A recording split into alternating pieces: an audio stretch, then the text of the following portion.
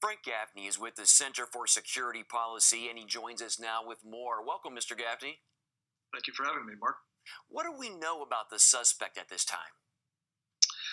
Not too much. We know that he is a man hailing from Bangladesh originally. He's been in this country, as I understand it, for about 7 years.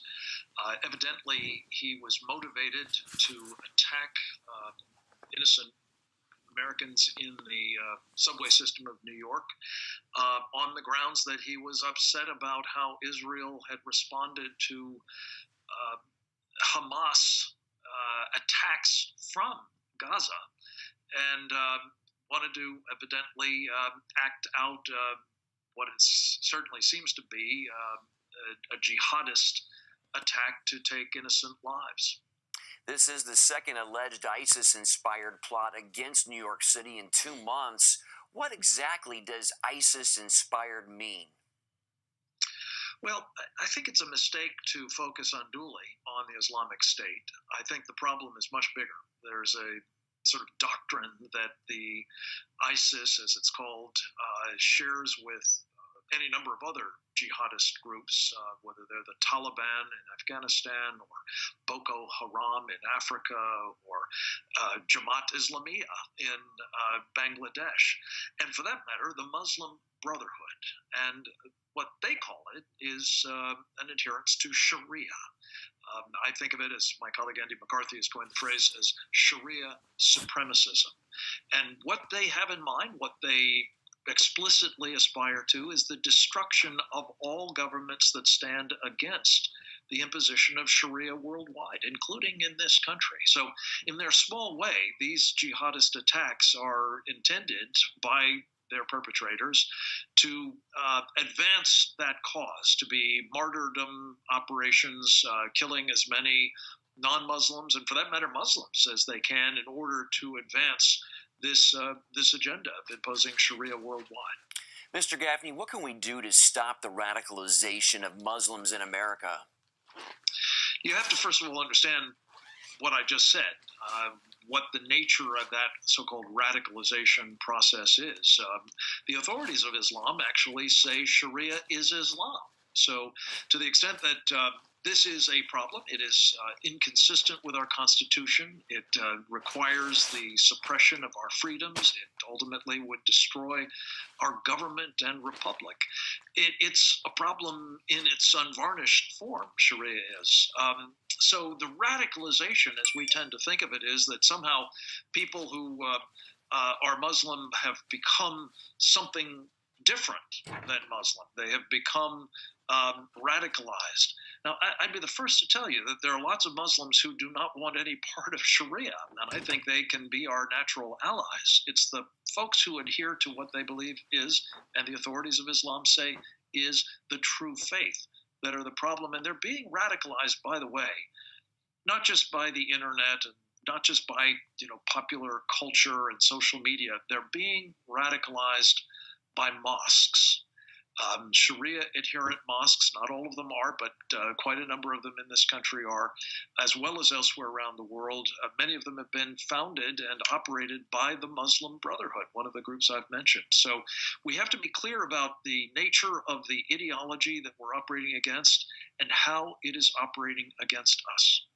New York police say this man was inspired by ISIS. As far as ISIS is concerned, do you think we're seeing more attacks at home because their self-proclaimed caliphate is weakening? I think partly it is a function of their desire to show that they continue to exist and to be relevant and to be a threat. But I think, again, even if the names change, and they will, almost certainly, with the defeat of their caliphate, the physical control of territory in Iraq and Syria, I think it's quite likely that you will see a new brand come forward. It'll be something other than be Al-Qaeda in the past. It'll be something other than what has been in the past of the Islamic State. But it will be just another manifestation of this jihadist doctrine of Sharia. And that's what's going to be a problem, I'm afraid, for us elsewhere around the world and here in the United States, unless and until We're clear-eyed about what it is, and we are successful in defeating it. The fighters in the Middle East are more experienced and sophisticated. How do we protect our nation as they flee their territory and seek targets in the West? It's a great question. I think what Donald Trump had in mind when he ran for president, and he announced notably, not exclusively, but notably on the 15th of August of last year in Youngstown, Ohio, that he was going to do several things to counter this ideology. And by the way, he used the term Sharia to describe it. He said, we're going to stop importing more jihadists. Those are my terms, not his, but that was the general thrust of it. That ultimately translated into his travel bans, as they've been called, or immigration pauses, as they would be more accurately understood.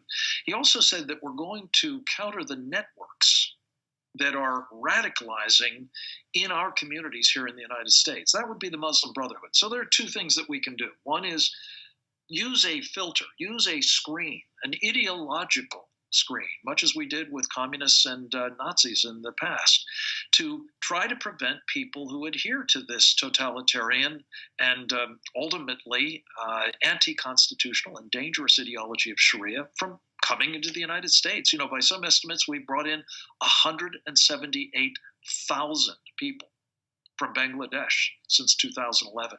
We brought in 1.8 million people from 47 Muslim majority countries around the world. I'm not going to tell you that all of those people are Sharia adherent and by definition a problem, but I think a fair number of them are. And we've done nothing to try to filter them out. We have to do that going forward.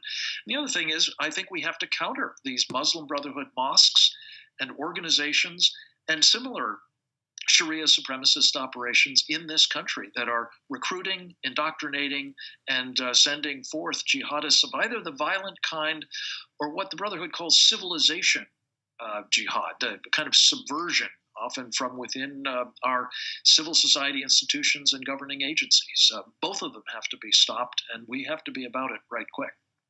All right, Frank Gaffney of the Center for Security Policy. Thanks so much for joining us, sir. Pleasure's mine. Thank you for having me.